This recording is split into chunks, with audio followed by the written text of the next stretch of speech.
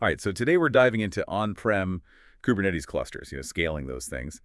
And specifically this question of Karpenter, this autoscaler everybody's talking about. Is it really necessary when you're not paying for compute time like you do in the cloud? You hit the nail on the head there. It's all about those cloud costs, right? Carpenter's claim to fame is that it can save you a bundle by adding and removing nodes as your needs change. But when you own the hardware, well, that advantage kind of disappears. Yeah, it's like when you think about it, like having a home gym versus a gym membership. Whether you work out every day or once a month, the cost of that home gym is the same. That's a perfect analogy. It highlights why the cloud and its pay-as-you-go model is really where Carpenter shines.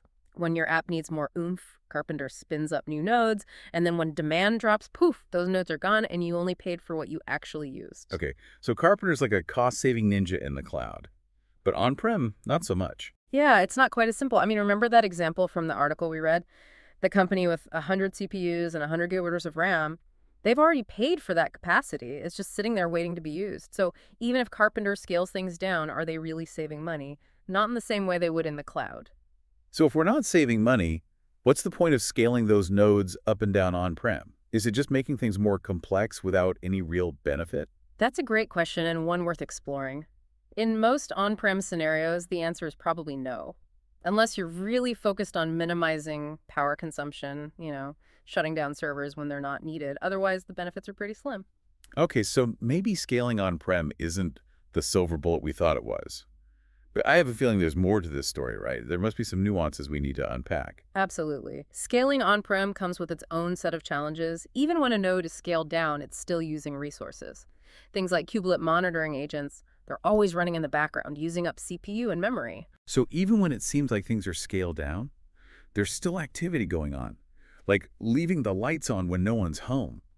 You're not really using the room, but the electricity bill keeps ticking. Exactly. And then there's the whole issue of peak usage patterns on-prem. Often traffic spikes hit all your services at once. It's like rush hour for your entire system. In that scenario, you actually need all your resources available, which makes dynamic scaling a lot less effective. It's like trying to rearrange furniture while a party's in full swing. Not exactly practical. Right. Plus, let's not forget the potential downsides of auto-scaling on-prem. If it's not set up perfectly, it can actually make things less stable and increase the risk of downtime. So we're adding complexity and risk without the cost savings we'd see in the cloud. It's starting to seem like Karpenter might not be the right tool for on-prem Kubernetes after all. You're getting it. Carpenter is great for the cloud, but those benefits don't translate as smoothly to on-prem setups. But before we completely write off Carpenter, let's take a closer look at some of the specific challenges of node auto-scaling on-prem. Sounds good to me. What kind of challenges are we talking about? Well, we already touched on that resource overhead thing, even on those scaled down nodes. But let's dig a little deeper. Even when a node looks like it's scaled down, those essential Kubernetes processes are still humming along in the background. They're using resources, CPU memory, all that good stuff. So it's kind of like those vampire appliances sucking up energy even when they're turned off? Yeah, that's a good way to put it. And this brings us to another important point, peak usage patterns. On-prem systems often experience those synchronized peaks where traffic spikes hit multiple services all at the same time, like rush hour for your entire system. In that scenario, you actually need all those resources available, which makes dynamic scaling a lot less effective. So even if Carpenter tries to scale down during a quiet period, it might have to immediately scale back up when that next wave of traffic hits. Seems like it could create a lot of unnecessary churn and overhead. You got it. And that churn introduces another challenge, complexity. And the risk of downtime autoscaling, if it's not configured and managed perfectly, can actually make your system less stable. You need to carefully weigh those potential benefits against the added complexity. Okay, so we've got resource overhead peak usage patterns and complexity as major hurdles for node autoscaling on-prem. It's starting to feel like Carpenter might not be the right tool for the job. I think you're onto something. But before we completely abandon ship, let's consider some alternatives. After all, the goal is to make the most of those on-prem resources right. Absolutely. We've already invested in the hardware, so we want to make sure we're using it as efficiently as possible. What other options do we have? Instead of scaling nodes, we can focus on scaling pods. This is where tools like the horizontal pod autoscaler HPA and its cousin, the vertical pod autoscaler VPA, come into play. Okay, so instead of adding or removing entire servers from the cluster, we're fine-tuning the applications themselves. We're adjusting the number or size of individual pods within our existing nodes to match the demands. That's the idea. Think of it like this. With node autoscaling, we're adding or removing entire train cars. But with pod autoscaling, we're optimizing the engine in each car to make the most of the existing track. I like that analogy. So we're essentially squeezing more efficiency out of the hardware we already have, without the overhead and complexity of managing entire nodes. Exactly. And this is especially valuable in on-prem environments where you have a fixed amount of hardware. With pod autoscaling, you can make sure that your applications have just the right amount of resources to handle those peaks in demand, without needlessly hogging resources when things are quiet. I'm starting to see the appeal. But tell me more about these pod autoscalers. How do HPA and VPA actually work? Well, HPA, the horizontal pod autoscaler, focuses on adjusting the number of pods running for a specific application. It looks at things like CPU usage or memory consumption and automatically scales the number of pods up or down to meet the demand. So if my web server is getting hammered with traffic, HPA can spin up more web server pods to share the load. You got it. And when traffic subsides, HPA can scale those pods back down to free up resources for other apps. Okay, that makes sense. And what about VPA? How's that different? VPA, the vertical pod autoscaler, takes a slightly different approach. Instead of changing the number of pods, it fine-tunes the resources allocated to each pod.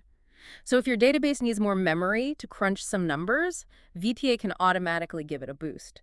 And when it's done with that heavy lifting, VPA scales those resources back down to prevent waste. So it's like giving your workers bigger desks and more powerful tools when they need them and then scaling back when they're done. Exactly. And the best part is pod autoscaling works even on static hardware. No need for fancy cloud APIs or dynamic infrastructure. This is starting to sound like a much better fit for on-prem Kubernetes. We can get more out of our existing hardware without the headaches of node management. But is there a risk that will make things too complicated with pod autoscaling? We've talked about how complexity can be a bad thing. That's a valid concern. Like any powerful tool, pod autoscaling needs to be used thoughtfully. If you're not careful, you can end up with a system that's harder to manage and troubleshoot. So we need to find that balance between optimization and manageability. Any other gotchas we should be aware of when it comes to pod autoscaling? One more thing. Remember those synchronized traffic peaks we discussed earlier? Well, if your entire on-prem infrastructure experiences those peaks at the same time, pod autoscaling might not be the perfect solution. You'll still run into those resource constraints even if you're scaling individual pods efficiently. So it sounds like even with pod autoscaling, we still need to be mindful of those overall resource limits. Exactly. You can't just assume that pod autoscaling will solve all your problems. You still need to understand those big picture constraints. It's like those clowns getting out of a tiny car. Yeah. You can fit a lot of clowns in that car, but at some point you're going to run out of space. And no amount of squeezing or rearranging is going to change that. Right. So getting that initial sizing right is really important. If you can predict your workload demands and set up your cluster with enough resources from the start, you might not even need autoscaling at all. And even if you do use it, you'll have a much more stable and predictable system. Absolutely. It's all about finding that balance between utilizing your resources and keeping things manageable. Sometimes the best approach is to keep it simple. Yeah, it's like choosing the right tool for the job. Yeah. Sometimes a hammer is all you need, and sometimes you need that fancy power drill. But even with the best tools, you still need someone who knows how to use them. That's a great way to put it. It's about having the knowledge and experience to make the right decisions for your specific situation. Well, speaking of knowledge, we covered a lot of ground today. Karpenter on-prem scaling pod, auto-scaling with HPA and VPA. It's been quite a journey. It has. And I think the key takeaway is that on-prem Kubernetes just requires a different way of thinking than cloud-based setups. We need to be more deliberate about how we use our resources, how we manage complexity, and how we approach scaling. Couldn't agree more. But before we sign off, I want to leave our listeners with something to think about. We've talked about scaling up and down, but what about scaling out? Distributing workloads across multiple smaller clusters. Could that be a good strategy for on-prem Kubernetes? Especially for those who need extra resilience and fault tolerance. That's a fantastic question. Scaling out has some unique advantages, especially when it comes to isolating failures and ensuring high availability. It's definitely a topic worth exploring further. Who knows? Maybe that'll be our next deep dive. But for now, we've reached the end of our exploration of on-prem Kubernetes and the role of Karpenter. Hopefully you're walking away with a better understanding of the challenges and opportunities in this space. Remember, there's no single right answer when it comes to scaling. The best approach is always the one that fits your specific needs and goals. So go out there, experiment, learn, and find what works best for you. Until next time, happy clustering.